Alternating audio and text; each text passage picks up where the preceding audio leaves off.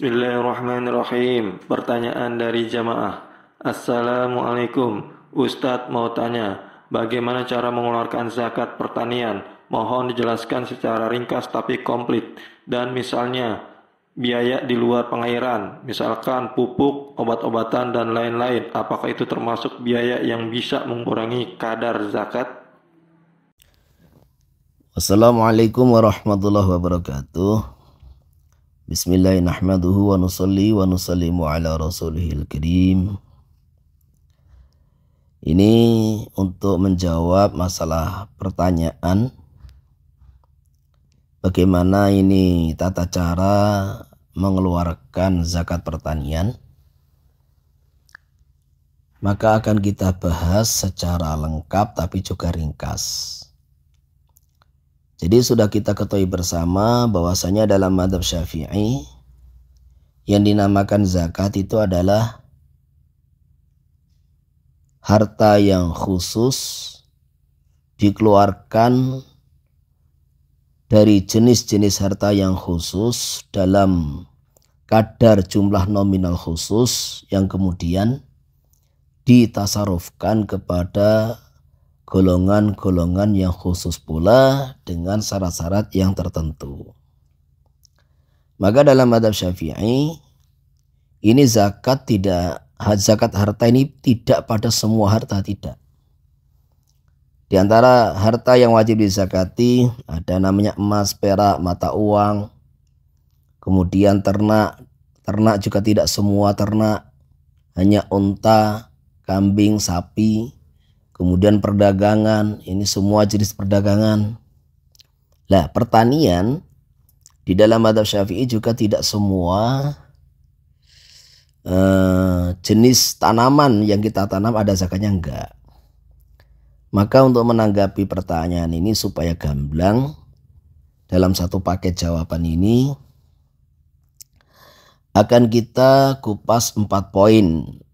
Yang pertama, tanaman apa saja yang wajib dizakati dalam mazhab Syafi'i. Kemudian yang kedua, berapa nisab zakat pertanian. Kemudian yang ketiga, berapa persen itu yang harus kita keluarkan zakatnya. Dan yang terakhir, poin keempat itu permasalahan-permasalahan atau furuk-furuk yang berkaitan dengan zakat pertanian.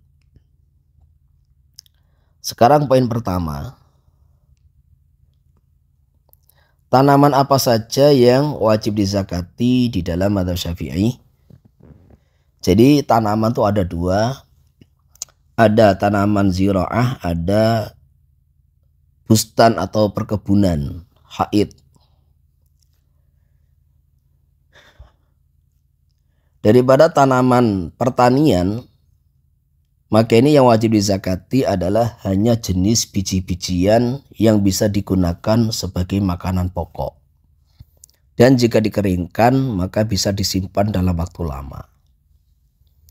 Nah, yang kedua, dari jenis itu hasil kebun, buah, itu yang wajib dizakati cuma 2 saja, yaitu kurma sama anggur.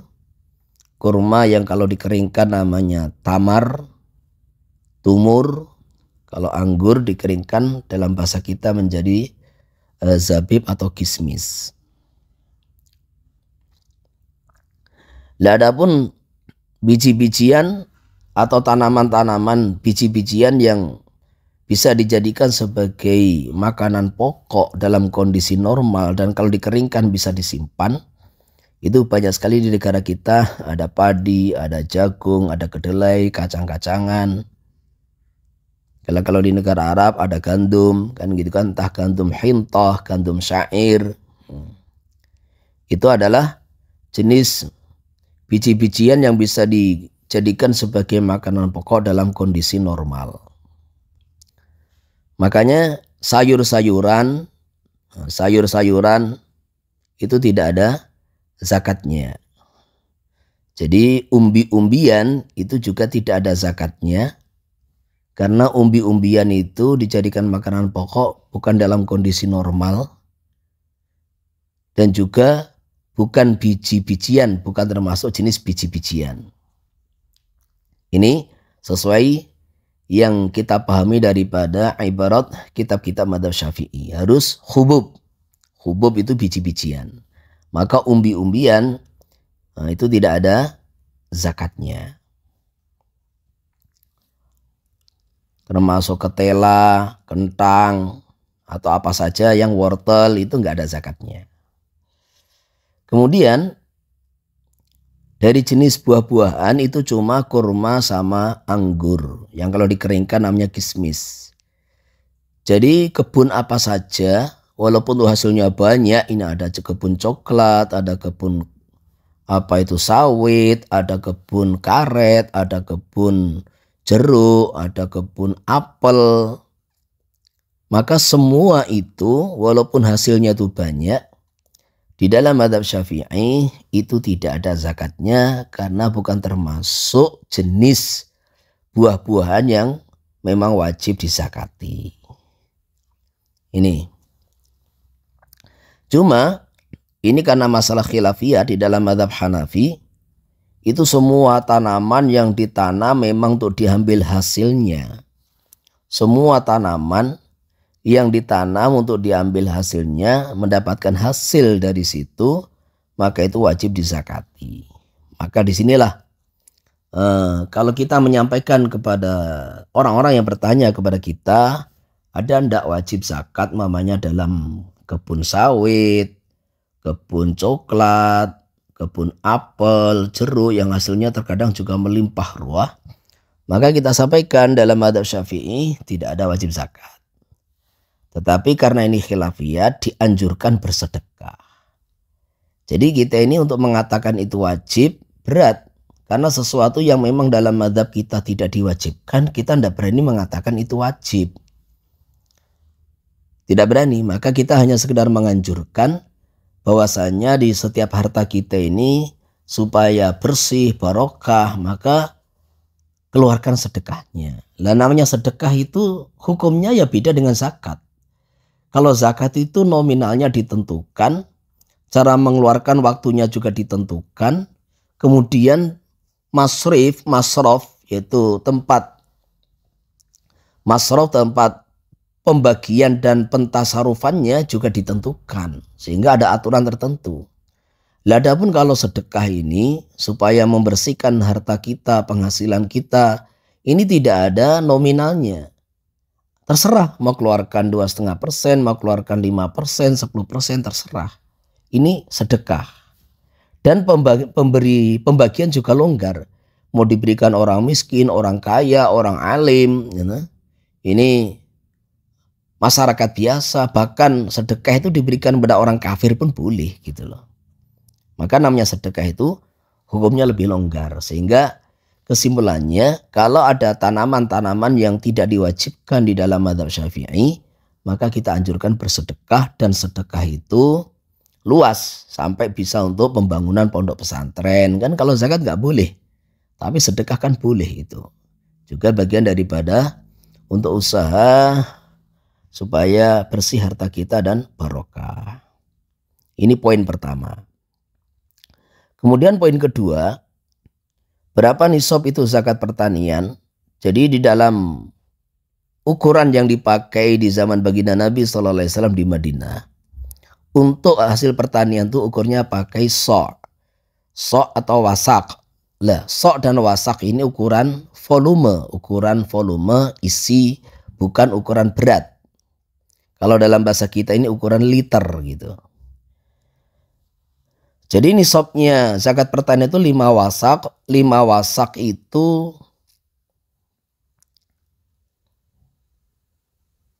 sama dengan 300 sok. Karena 1 wasak itu 60 sok. Jadi 1 wasak itu 60 sok. Maka 5 wasak itu sama dengan 300 sok. Nah sekarang kita kembali kepada bab zakat fitrah. 1 sok. Zakat fitrah itu 1 sok. Lah 1 sok itu berapa kilo kan? 1 sok itu berapa kilo?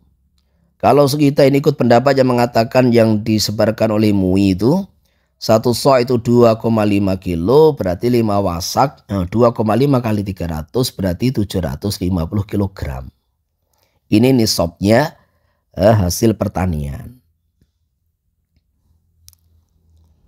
Kalau ikut pendapat bahwasanya 1 sok itu 2,6 kilogram, ya berarti 2,6 kali 300 780 kilogram. Itu nisabnya. Dan perlu diperhatikan yang dimaksud 300 sok itu adalah ukuran beras. Jadi padi sudah berupa beras, jagung, kedelai dalam kondisi sudah dibersihkan dari kulitnya dan kering. Makanya kalau ada orang itu ngukur hasil panennya dengan pakai gabah, ukur hasil panennya dengan pakai gabah, maka ini yang dikembalikan kepada ini tahqiq daripada penjelasan Syekh Syams Ar-Ramli. Jadi ngukur volume itu tidak bisa disamakan dengan ngukur berat. Ada perkara itu volumenya umpamanya dalam kitab-kitab itu. Kalau beras 5 wasak, kalau gabah umpamanya 10 wasak. Lah, itu kan ukuran volume. Lah jelas antara beras dengan kulit padi atau berambut itu secara berat akan beda. Maka ini dijelaskan oleh Syekh Ramli bahwasanya kalau seumpama itu diukur dengan pakai berat itu bisa berbeda ya berbeda. Maka ini selepas kita konsultasi dengan orang-orang selepan, orang yang biasa nyelep beras itu di perusahaan penggilingan padi itu, kita tanya biasanya kata mereka setiap 1 kuintal gabah itu bisa menghasilkan 65 sampai 70 kg beras. Berarti setiap 1 ton 1000 kg itu bisa menghasilkan 650 sampai 700 kg atau 6,5 sampai 7 kuintal beras. Nah, disitulah. Maka untuk menilai nisab daripada gabah, panen gabah itu ya ditanya 750 kg beras itu kira-kira gabahnya berapa? Mungkin 1,2 ton atau berapa lah, kurang lebihnya seperti itu. Maka kalau ada orang panen sudah ada 1,2 ton atau 1,2,5 ton, nah itu maka ini sudah wajib untuk zakat. Jagung juga begitu. Jadi jagung itu harus dipipil, dibersihkan daripada kulitnya, dibersihkan daripada janggelnya itu ditimbang ada ndak itu 300 sok kan gitu kan, atau 750 kg kalau ikut pendapatmu yang menyatakan bahwasanya 1 sok adalah 2,5 kg. Udah, ini masalah nisab. Makanya orang yang panen itu baik gabah atau jagung atau kedelai atau apa, maka ditanyakan kepada ahlinya sehingga dipastikan bahwa panennya itu sudah ada satu nisab. Jadi kalau kedelai yang sudah bersih dari kulitnya gitu. Poin ketiga, lah berapa yang harus kita keluarkan? Yang harus kita keluarkan adalah di sini dalam kitab-kitab itu perbedaan kadar nominal zakat atau persentase zakat itu hanya dikaitkan kepada pengairan. Sehingga selain pengairan, biaya pupuk, biaya obat, biaya listrik, apa saja nggak bisa mempengaruhi nominal zakat. Karena apa? Kata para ulama, karena tanaman itu intinya pada air. Kalau ada air ya hidup, nggak ada air jelas mati. Adapun pupuk, obat-obatan yang lain itu tidak mempengaruhi. Maksudnya, kalaupun mempengaruhi itu ada pengaruh kesuburan tanaman, ada pengaruh kaitan dengan hasil panen, itu nggak terlalu, maksudnya itu inti begitu. Tanaman masih bisa hidup kok tanpa itu pupuk. Tanaman masih bisa hidup tanpa obat, itu masih bisa gitu. Jadi makanya pembagian persentase zakat, nominal zakat itu hanya dikaitkan dengan perbedaan masalah pengairan. Jadi kalau pengairan itu tanpa biaya, entah dengan air sungai atau dengan air hujan, maka zakatnya 10%. Jadi setiap 1 ton zakatnya 1 kuintal. Kalau pakai biaya, pakai diesel termasuk itu, pakai diesel, memperkerjakan orang, jadi pakai diesel gitu, pakai diesel, maka 5%. Setiap 1 ton berarti 50 kg. Nah kalau terkadang itu ya pakai diesel, terkadang pakai air hujan, air sungai. Nah maka dilihat kalau prosentasenya sama ya 7,5%. Setiap 1 ton 75 kg. Dan ini berlaku kelipatannya. Jadi kalau 10 ton, 10%-nya 1 ton. Kalau 5%-nya setengah ton. Ini zakatnya. Dan ini terkadang orang juga masih tawar-menawar atau apa. Maka ini guru saya rahimahullah, beliau mengingatkan, rahimahullah mengingatkan para petani-petani itu, sudahlah kamu itu zakati berapa nominal yang diwajibkan oleh syariat. Nanti kalau tidak, kamu enggan bayar zakat, maka Allah akan datangkan itu masalah-masalah dalam pertanian kamu. Di antara sebab kenapa orang tuh tanaman kita diserang oleh hama macam-macam, itu di antara sebabnya orang tuh enggan bayar zakat. Akhirnya didatangkan oleh Allah namanya belalang, namanya tikus yang merusak tanaman kita, sehingga akhirnya harta kita juga keluar, tapi bukan untuk zakat, tapi untuk melindungi supaya tidak diserang belalang ataupun tikus. Maka disitulah di antara menjaga zakat, menjaga harta itu adalah dengan istiqomah membayar zakat.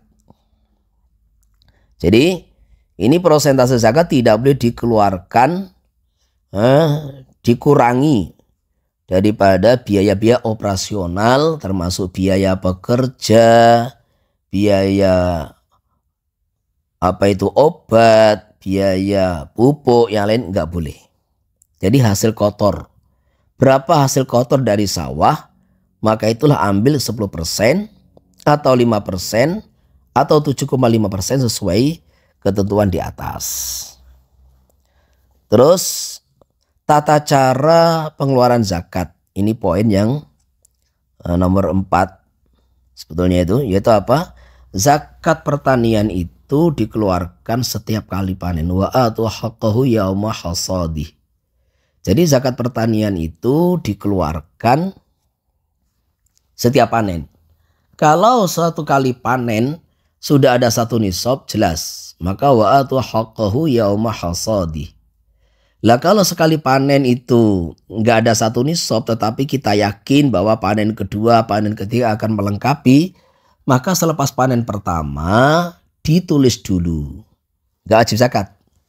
Karena panen kedua ketiga belum pasti. Walaupun biasanya itu panen tapi belum pasti gitu loh, sesuatu yang belum pasti.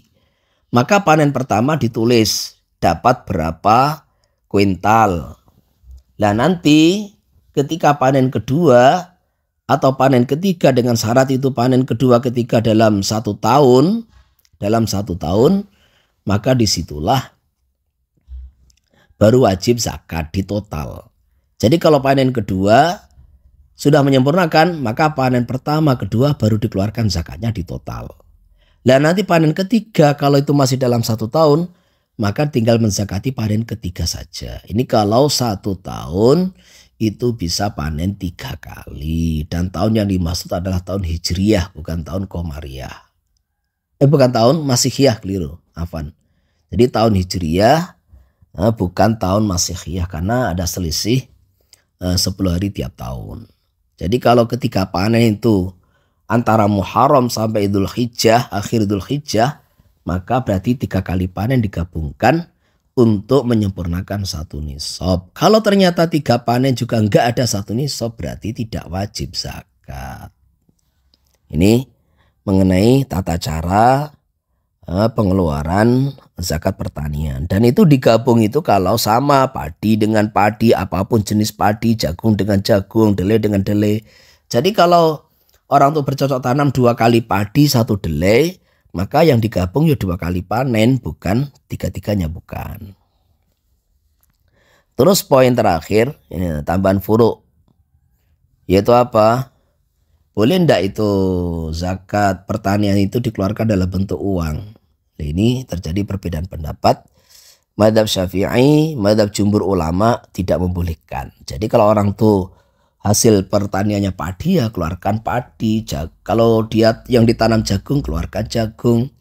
Yang ditanam itu berupa gandum ya keluarkan gandum dan seterusnya. Jadi jumhur ulama tidak boleh zakat pertanian pakai uang. Yang bolehkan cuma mazhab Hanafi saja. Terus pertanyaan kedua. Bagaimana cara zakatnya kalau kita ini punya hasil panen padi dijual? Dijual semua. Jadi kita punya tanah 1 hektar diborongkan dijual, atau zakatnya bagaimana? Nah ini di dalam mazhab Syafi'i ada 2 pendapat. Pendapat yang muktamad, kalau kita ini punya panen padi kok dijual semua, maka yang 10% kalau pertanian yang kadar zakat. Jadi kadar zakat jual beli nggak sah. Yang selain kadar zakat sah. Jadi kalau zakatnya 10%, umpamanya karena pengairan tidak ada biaya, maka ini yang sah dijual cuma 90%. Yang 10% nggak sah karena itu bukan milik kita. Itu miliknya fakir miskin sehingga wajib dikembalikan. Tapi ini berat. Seandainya nggak mampu untuk mengamalkan pendapat ini, nggak mampu karena sudah ada tradisi di daerah tersebut di mana orang tuh biasa menjual padinya secara tebasan kan gitu kan. Umpamanya. Maka di antara solusinya ikut pendapat kedua yang mengatakan jual beli sah. Cuma ini yang harus diperhatikan. Selepas dia ini menjual padinya dengan cara borongan, jual beli sah, dia harus bertanya kepada pembeli itu dapat berapa ton. Dia tanya. Kemudian selepas dikasih tahu dapat sekian ton, 9 ton, 10 ton. Maka dia zakati 10%-nya. Kalau pengairan tanpa biaya. Nah kemudian untuk menzakati 10% itu, dia mazhab Syafi'i harus beli beras, beli gabah. Beli gabah 10% daripada hasil panen dizakatkan. Ini kalau ikut mazhab Syafi'i. Tetapi kalau mau ikut mazhab Hanafi ya sudah. Diuangkan juga boleh. Jadi tidak boleh dia ini mengambil 10% daripada harga penjualan. Umpamanya ini padi 1 hektar 2 hektar dijual semua. Terus akhirnya laku umpamanya 40 juta. Udahlah saya zakat 4 juta 10%, oh nggak bisa. Ini cara menghitung yang salah. Jadi cara semacam ini salah dalam menghitung itu menzakati pertanian, nggak boleh. Cara yang benar seperti yang awal tadi, yaitu apa? Silahkan dijual, tapi hanya 90% saja, yang 10% tidak. Jadi yang 10% dibayarkan sebagai zakat. Dan tidak boleh ini dibayarkan kepada sebagai zakat. Terus cara yang kedua, seperti tadi, saya ulangi lagi. Dia tanya kepada pembeli, pemborong itu, panen berapa banyak, lah kemudian dia keluarkan dengan cara membeli padi senilai 10% itu tadi, yang jumlah beratnya 10% daripada hasil panen yang telah didapatkan oleh pembeli. Jadi harus 10% dari hasil panen, dan dia harus tanya kepada pembeli. Maka sebaiknya ini orang yang bercocok tanam ini jangan dijual tebasan.